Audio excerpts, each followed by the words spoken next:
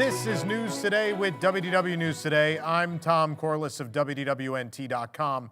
Please like this video, subscribe, and hit the notifications bell to make sure you never miss the latest from the Disney theme parks all around the world. In a moment, we'll have the news for July 11th, 2025, but a little bit of housekeeping to do up front. We're excited to announce that we will be a part of Tampa Bay Comic Con this August. It's happening Friday, August 1st through Sunday, August 3rd.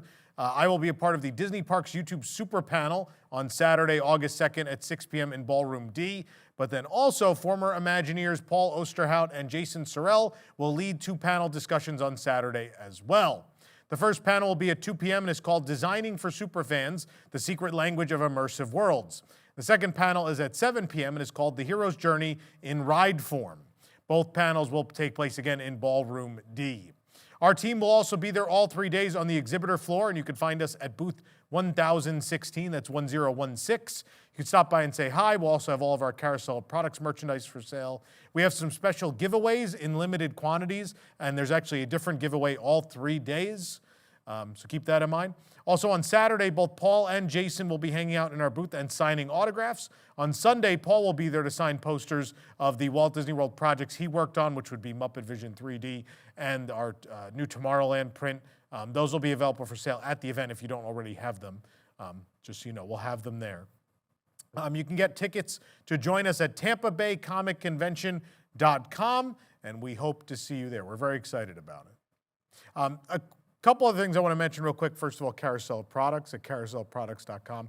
We are really running out of these Spaceship Earth button-up shirts. They're nearly gone. We have slightly more of the Space Mountain 50th ones, but either way, both will be gone probably by the end of the summer, if not sooner, depending how people respond to me saying this. So if you did want one of these, time is running out to get them, and we're not going to actually, this one we may. We're talking about redoing Spaceship Earth. It'll be different, but this one will happen. Space Mountain 50 was a special offering for the 50th anniversary of Space Mountain, so we will not make that one again. And as I just mentioned, those special lithographs we had for our previous events, whether it was the Muppets event or Space Mountain or New Tomorrowland, those are all available with a special discount, again, at CarouselOfProducts.com.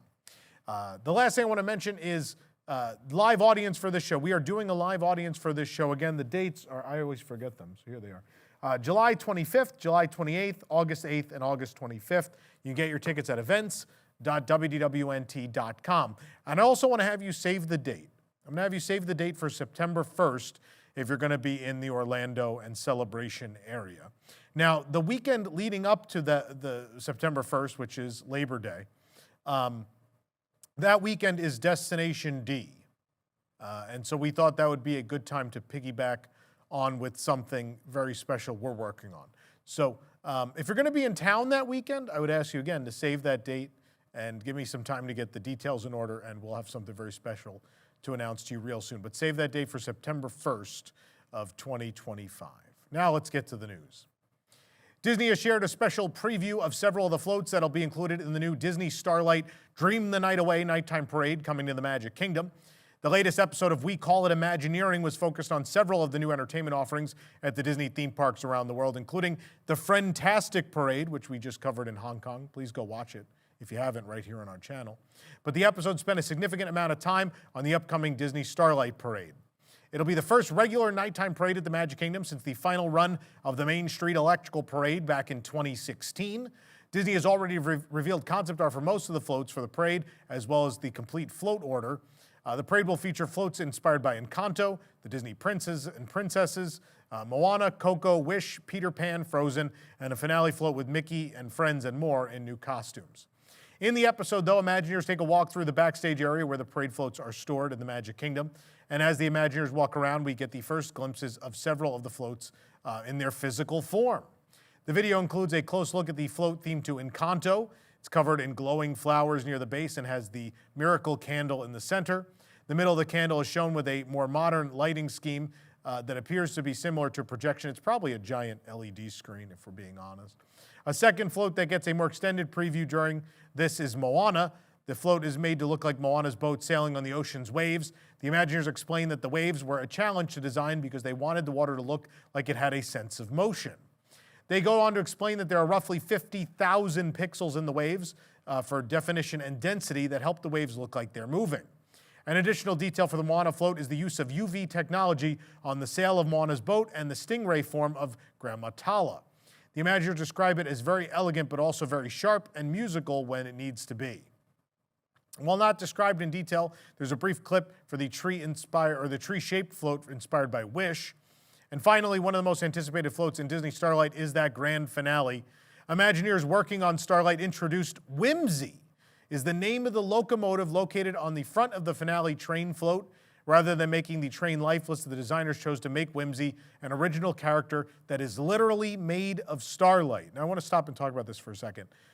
In Electrical Parade and in Tokyo and Dreamlights, the train it's technically Casey Jr. A lot of people don't really know that, but so this is an homage to Casey, but a new original character. They described a little more of Whimsy's personality. He is this childlike, whimsical character, so we wanted to keep him youthful, happy, playful. We wanted him to dance, have that energy of the parade. In order to help with the design expression, or help design the expressions of Whimsy, the designers looked at the old Silly Symphony animation shorts so that they could bring in some of that older and bring it up to new, make him look super magical, is what they said.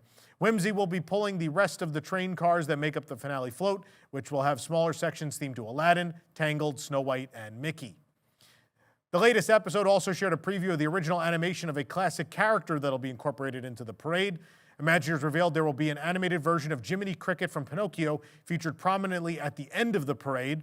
The designers specifically chose Jiminy Cricket for the end because they wanted to reference the previous nighttime parade, Spectro Magic, which of course had Jiminy waving goodbye in animatronic form at the very end of the parade. The Blue Fairy, who appears at the beginning of parade, meanwhile is a nod to the Main Street Electrical Parade. I love this, that bringing up the front is the nod to MSEP, and at the end, we have the nod to Spectro, the two previous nighttime parades. Thought that's really cool. But getting back to Jiminy, the designers started with the idea of making Jiminy's body out of starlight to match the theme of the parade. To begin the process, they started with a rough idea of the movement they wanted to create, and then the Imagineers revealed that they took the initial ideas to legendary animator Eric Goldberg for refining, and Goldberg helped them improve the animation, and he did it traditionally pencil to paper. We scanned those pencil drawings and gave him a nice, smooth animation. The next step of the process included adding the starlight effect to Jiminy's body, since they wanted him to be made of shimmering stars instead of his usual animated figure. The designers first analyzed the appearance of substances like starlight and pixie dust, drawing inspiration from Tinker Bell and Peter Pan, the Blue Fairy in Pinocchio, and the movement of objects like stars or fairies in Fantasia. Finally, designers had to add the starlight effect to Jiminy, and they admitted this was a big challenge because this is a 2D cartoon animation that they were trying to mimic environmental lighting with. They ended up breaking down Jiminy's body into 72 individual pieces to help guide the effects. The final reveal from the episode includes a more detailed look at some of the completed costumes for the parade. We first saw an early look at the costumes a few months ago, though the initial reveal only included a single picture of some fabric and not full concept art. At the time, Disney revealed the designers were taking inspiration from the early concept art Mary Blair created for Cinderella. This episode also included a trip to the costuming department, and the video has several of the designers standing beside a shimmering blue costume, which they specifically mentioned will be featured during the Disney Princess unit and be worn by one of the royal court dancers. They again mentioned that there's a little nod to Mary Blair in here, and they are inspired by Dancing Through the Stars. The costume includes a custom galaxy print that will be seen in many areas throughout the parade, including both on the floats and in costumes. The lights are embedded on a satin fabric layer, which has the custom printed layer placed over the top. Another layer of fabric underneath the lights keeps them self-contained, so the performer does not feel them at all. The designer goes on to explain that each light is individually placed, as they are as there are also hand-placed rhinestones scattered between the lights across the fabric. Walt Disney World has also already shared video of Mickey and his friends wearing their new costumes for Starlight. Those were shown already. They're in shades of blue and shimmery silver. Disney Starlight Dream the Night Away will debut at the Magic Kingdom on July 20th. It'll perform nightly at 9 p.m. and 11 p.m., though Disney did confirm it will not run on nights when Mickey's Not So Scary Halloween Party or Mickey's Very Merry Christmas Party is offered. So I would expect, especially in the fall and winter seasons, that parade route is going to be extra packed because it will not be running 7 nights a week. You can watch the full episode of We Call It Imagineering on our website, but I want to talk about this for a second. everything I've seen so far, I love. I like the costumes. Spectro Magic is literally my favorite Disney thing ever. And it's at the point, I have such an emotional connection to that, this will surprise no one. Pretty much all I listen to in the car when I drive to work or to the parks is park music, because I'm that kind of psychopath. But if Spectro Magic comes on, I usually have to turn it off because it immediately makes me pretty emotional. I love it so much. And so they sent us an early screener of this video last night. And I saw that, I got to that Jiminy part, and immediately, once they even started talking about it, they hadn't even mentioned that it was a reference to Spectro yet, but I knew immediately, and my eyes teared up instantaneously. It seems to me that especially Disney Live Entertainment, but at Imagineering right now, there is a strong understanding that there is a need to move forward, but those new offerings should pay homage and respect to what came before, and that's where the magic lies, is creating something that for the new guests, the younger guests, they see and they fall in love with, and that'll become their Spectro Magic. But at the same point, while giving us this new great thing, those of us who are older and have connections to whether it be Electrical Parade or Spectro, there's these loving nods that connect the two together, so they become a continued story. So the story of those two things we love that are gone lives on in something new. That makes us love it immediately. And then on top of that, obviously the quality of the thing itself has to be good. And I will say what I've seen so far, I'm very, very excited. I could not be more excited for this. And I think we've heard from many of you in the comments, you're very excited as well. And you should be. A nighttime parade is I think it's at the very heart of the Disney theme park experience, as much as the fireworks are. It's one of those things that is intrinsically connected to Disney. Even if another theme park does nighttime parades, which they have, Six Flags has done one. All you think of the minute someone says nighttime parade is Disney, even if you are not a Disney fan, it's just automatically associated with the thing. And I think it's wonderful that we're going to have a new one, that Magic Kingdom decided to spend this money and to have another nighttime offering. This feels right. I really hope it lives up to the expectations, because it could be something really magical. But I can't believe we're just a few days away. That's incredibly exciting. Ahead of the parade's premiere in just under 2 weeks, a Disney Starlight Dream the Night Away popcorn bucket was accidentally released at the Magic Kingdom. It was $14.25.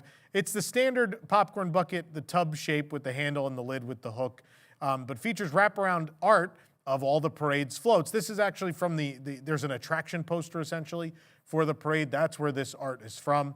We found it at Maurice's amazing popping machine, the popcorn cart in Fantasyland, but again, it was released early by mistake, so we assume it will not be available until July 20th when the parade debuts. But it also, with these, of course, you can get a refill for $2.25. Of course, in addition to the bucket, there will be a merchandise collection released as well, a pin, light-up ear headband, and plus there will be, at the Main Street Confectionery at the Colonel Kitchen, a Star-Kissed popcorn mix is coming. So it's not just a parade, there's merchandise and food on the way. A new social media video from Imagineering has shared a new look inside the upcoming Pirates of the Caribbean themed tavern at the Magic Kingdom, the Beak and Barrel. The video was shared on Instagram by Imagineering. It features Imagineer Montse returning to show more of the progress as construction on the bar continues. Crew members are shown painting weathering onto the floors and walls, adding dirt and grime into the cracks and crevices to appear more authentic to the Pirates of the Caribbean world. And the first sneak peek shown is at the booths found in the captain's quarters, one of the areas that'll be inside. The backs of the booths feature hand-carved artwork that tells the different stories of pirate lords. In the picture you're seeing now, you can see Davy Jones and 2 scenes featuring Captain Jack Sparrow. Captain Jack is featured in at least 3 carvings, with the third representing one of his appearances aboard the attraction. The next area is just left of the main bar. It's dubbed the Mapmaker's Room. New theming has been added to the walls to illustrate where pirates had to literally blow their way into the locked room with cannonballs. There are physical cannonballs stuck in the wall as well, and a view into the next room over from the main bar area. The final aspect of the Beak and Barrel shown in the video is the back bar, which was first seen in the concept art. It's described as the feature of the space. Carvings in this area include skulls and crossbones, and the crab heart iconography associated with Davy Jones. It's on his dead man's chest. And of course, the back bar's design forms the shape of a skull. I could not love this back bar more. I think this is such a cool design. I love it. You can watch the full video on our website if you'd like. The Beak and Barrel has no set opening just yet. The rumor is towards the end of the summer, but nothing has been said as of yet. Not to be a broken record, but the more I see of this, the more excited I am. I love to hear the word, we hand-carved something. That's tremendous. Too often we have wood elements in the park that are, they're 3D printed or they're, sculpted by a machine in some way. I love that we're doing hand-carved art in this bar. What I've seen so far, I love, and I'm very excited. The only thing I don't like about this bar is that they renamed Peg Leg Pete. It makes me very sad. It's Rummy now, which, look, I understand. I'm sure legal came in and was like, hey, it might be offensive to say peg leg in 2025, which I guess so. But can we keep Pete? Can we just like give it a new nickname at the front of that? Like, I don't know, like Rum Run or Pete or just something. But it should still be Pete. It's literally him. It is him. It doesn't look like another bird. It looks like him. And I'm going to keep ranting about this until we get there because it bothers me so much. But beyond that, I'm really excited for this space. It looks great. I think it's a much better use. The Pirates of the Caribbean store was probably too big. There was too much going on in there. And I like the fact that now that it's smaller, it literally sells only almost Pirates of the Caribbean merchandise, which feels right. There's a little Jungle Cruise section, which I understand. Jungle Cruise doesn't have a store, but I'm okay with there being one section of Jungle Cruise. But man, I hated when you'd find Coco merchandise and then for the longest time Nightmare Before Christmas in there. That felt sacrilege. So I'm glad the store got shrunk a little, and we're using this space for something that will make a lot of guests happy. It'll be a real fun space for people to spend time in. I'm very excited. The Frontierland sign has returned to the Disney Vacation Club kiosk at Magic Kingdom about 2 years after it was removed. The sign hangs in a wooden archway outside the DVC kiosk. It's been missing since the summer of 2023. You can see the kiosk without the sign in our farewell to the Frontierland Shootin' Arcade back when that closed in June of 24. But the Shootin' Arcade was replaced by McKim's Mile House, a DVC member lounge. The sign was either remade or thoroughly refurbished as part of this project. It resembles two planks of wood fastened together with steel elements. Frontierland is carved into the wood and painted red. This is the same design it was before, but it's no longer weathered and rusted. There's no lettering on the back of the sign either. The other Frontierland entrance sign near Adventureland was also refurbished earlier this year, but is only missing for 3 months. Walt Disney World Resort has released another holiday offer for resort hotel rooms, this time exclusively for annual pass holders. This holiday season, pass holders can save up to 30% on rooms at select Disney Resort hotels. This offer is valid for stays most Sunday to Thursday nights from October 12th through November 20th, and most nights from November 23rd to December 25th. The number of rooms allocated for the offer is limited. Savings are based on non-discounted price, and what a non-pass holder pays for the same room. Length of stay requirements may apply, and this offer cannot be combined with any other discount or promotion. In addition to the annual pass holder discount, Walt Disney World has also released details on how Florida and Georgia residents can save on hotel rooms this holiday season. Florida and Georgia residents can enjoy holiday savings with rates starting at $129 per night, plus tax for a standard room at All Star Sports. Plus, take advantage of other great rates at select Disney Resorts Collection hotels. This offer is available most nights November 16th to November 29th and December 12th through December 25th. When booking this offer as a Florida resident, your credit card or payment method must be associated with a Florida billing address. For Georgia residents, your payment method must be tied to a Georgia billing address, and proof of Georgia residency may be required at check-in. If a valid ID cannot be presented, the non-discounted room price will be charged for the duration of the stay. This offer cannot be combined with any other discount or promotion. For more information on these offers, you can visit our website, and you know who you can contact if you want to book this offer. Our program is brought to you by our official travel agent sponsor, Be Our Guest Vacations. Your dream vacation begins with Be Our Guest and their concierge team of expert vacation planners. Make this their problem by heading over to wwnt.travel, and their team will design your next magical vacation from the Walt Disney World and Disneyland Resorts to Disney Cruise Line to Adventures by Disney and more. And the best part is their concierge services are 100% free. Thanks. So book today. After making its debut at Disneyland for the 70th anniversary, the talking Mickey Mouse popcorn bucket has arrived at Walt Disney World. The bucket can be purchased from select carts at Disney's Hollywood Studios for $45. When we went to purchase ours, the line was long, but that was the first day. I think it's died down now. This was first announced on the Instagram account for Disney Eats.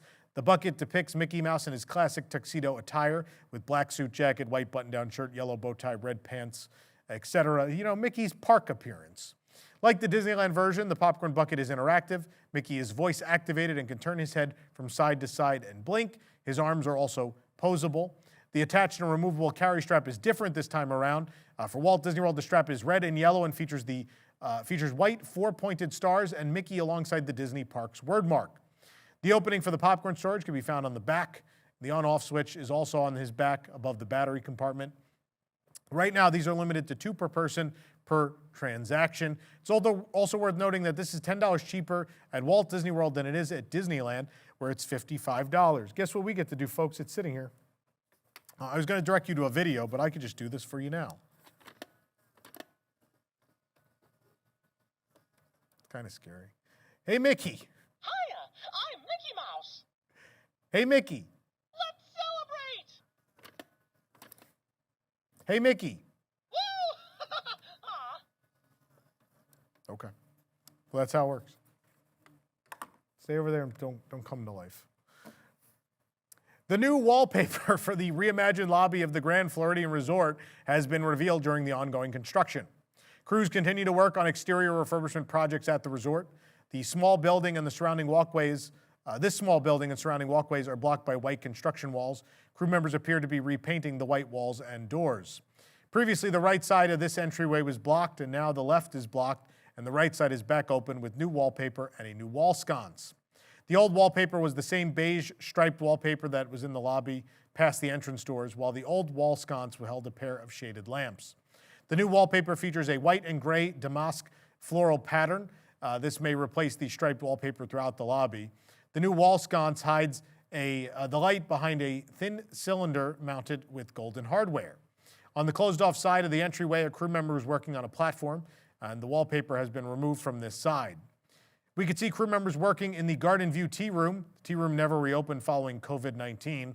Disney announced it would be part of the lobby's refurbishment, although they didn't share details of what they were doing. The tea room's interior windows are covered by see-through shades. Crew members on ladders were working on the room's ceiling. The lobby's check-in area is being updated, with check-in moved to desks in the center of the lobby for the time being. Behind the construction walls, we saw new steel framework around 2 of the tall windows in the check-in area. The wallpaper was stripped from this area early on. A large section of wall paneling has been removed since our last construction update. Columns were previously removed from the walls, leading to the thin gaps between sections of paneling. Looking up, there are also ceiling tiles missing from above the check-in area, and there are exposed pipes, vents, and wires. Foundation work began for the new birdcage-inspired bar last month. This replaces the actual giant birdcage that used to sit in the lobby. Crews have added additional pipes and support elements to the foundation. There were previously only a few white pipes in the dirt. Now there are red and gray cables and short supports around the concrete edges. The rectangular steel element has been moved during construction. A pile of dirt nearby is covered by a tarp, and an opening in the floor we've previously seen is covered by carpet but outlined with strips of tape. The staircase next to Citricos and Victoria and Alberts is currently closed. White curtains block the stairs. Man, if the weird rabbit and monkey art doesn't survive, I don't know what I'll do. Disney, if you're ripping out the bunny on the chair and the monkey on the chair, those of you that have been up this staircase know what I'm talking about. If those are getting pulled out, please sell them to me. No one else is going to want them. I will give them a good home. They will go in our Grand Floridian themed bathrooms in the front of the office. Please let people enjoy the weird monkey art for generations to come. Do not throw it away. Anyway, between the curtains, we could see some carpet that appears to have been torn up. The photo pass area on the second floor is also currently blocked by curtains, and a crew member on a ladder was painting the wall in the corner. We don't have a completion date yet, but this will stop the Grand Floridian Gingerbread House is not happening this year because of this project, so we would assume that means sometime next year. 2 new souvenir sippers inspired by the icons of the Walt Disney World Swan and Dolphin are now available at, you guessed it, the Walt Disney World Swan and Dolphin. They're $15 each. We found the Dolphin sipper at Fuel in the Walt Disney World Dolphin Hotel, and Java in the Walt Disney World Swan Hotel had both the Swan and the Dolphin sippers available. The Dolphin Souvenir sipper is made of they're both clear plastic with the logo and icons of the Walt Disney World Swan and Dolphin, and in fact, the Swan Reserve on there as well. And then the lids have a sculpted version of either the Dolphin or the Swan. Fun fact, ladies and gentlemen, I had been told many years ago, they have names. I don't remember the Swan's name. If someone out there knows, let me know. But I had been told the Dolphin's name is Delphi. So I have lived with that. We asked people at the hotel, and I've tried to look it up, and there is no documentation of this. So this is one of those great unsolved Disney mysteries that now I need to know the answer to.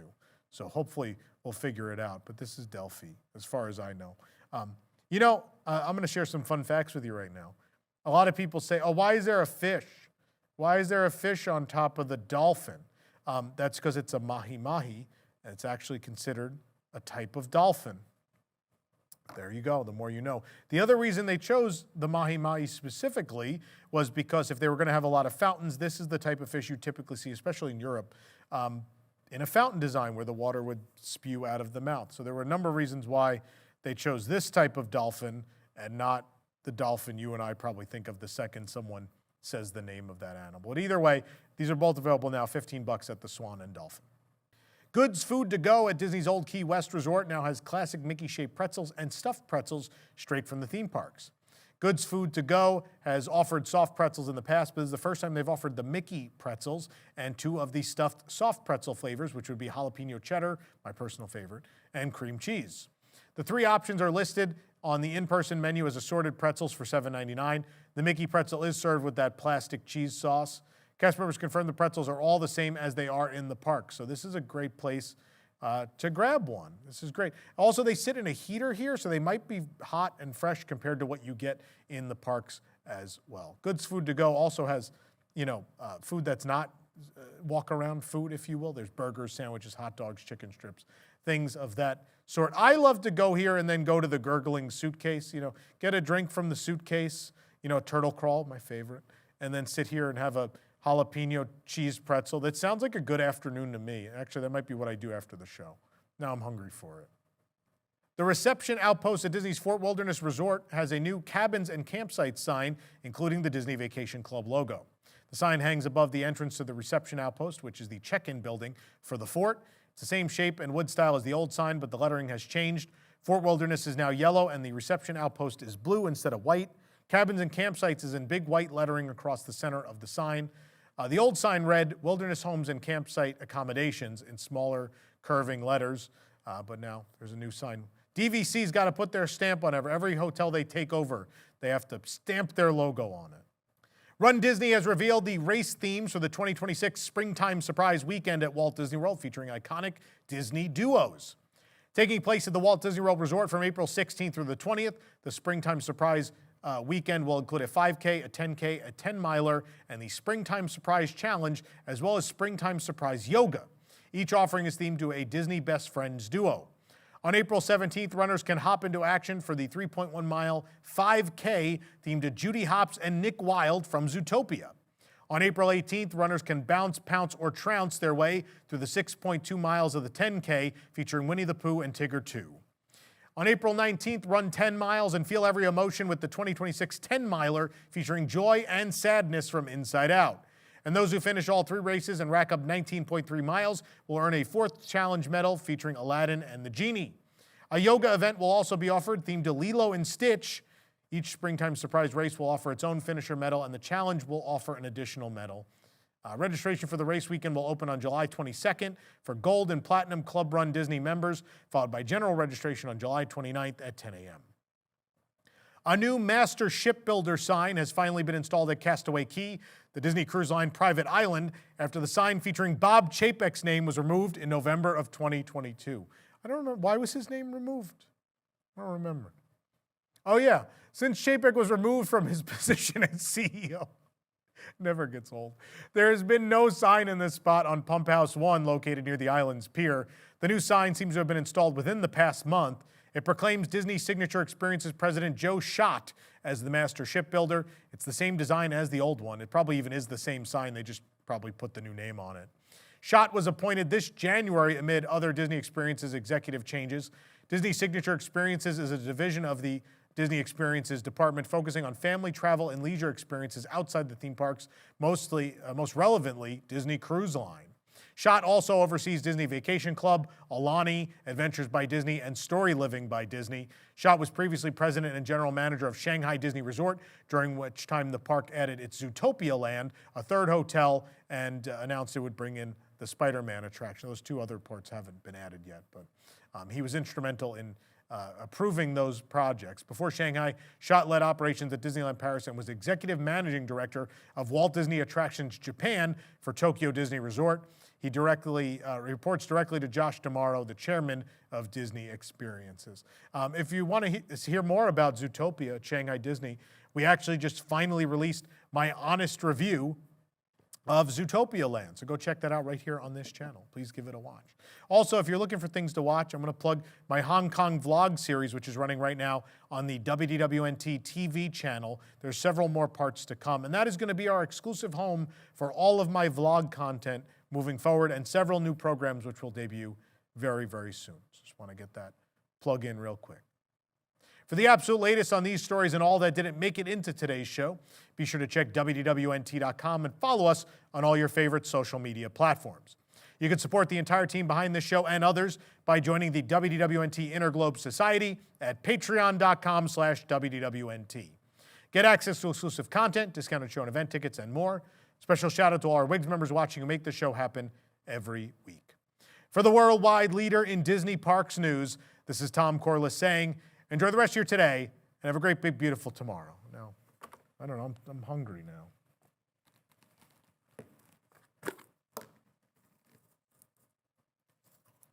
I should just go get that pretzel.